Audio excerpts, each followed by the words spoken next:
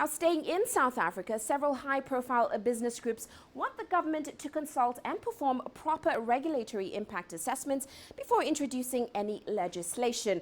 The groups point out recent controversial laws that include the Promotion and Protection of Investment Bill, the Tax Laws Amendment Act, and the Immigration Act. Angelo Coppola with more on that.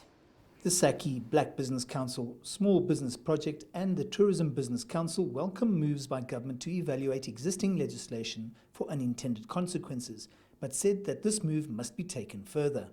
Impact assessments are very critical, not only important, because they give you data, they give you facts, they give you statistics, so that whatever results you achieve out of an assessment, it's factual and it's reliable and it is predictable.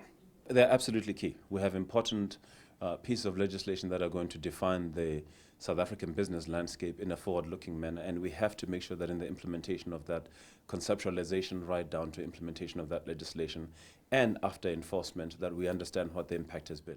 South Africa has had regulatory impact assessments in place for 8 years now. Then 2 weeks ago, it was announced that a new panel had been created by government to assess the socio-economic impacts of policy and legislation.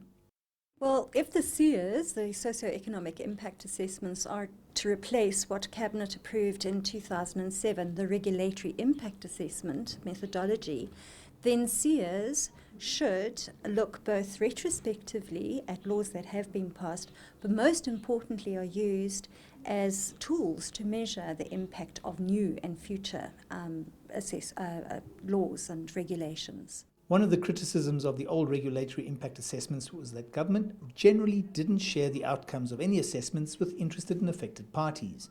The Promotion and Protection of Investment Bill and the Tax Laws Amendment Act are cases in point.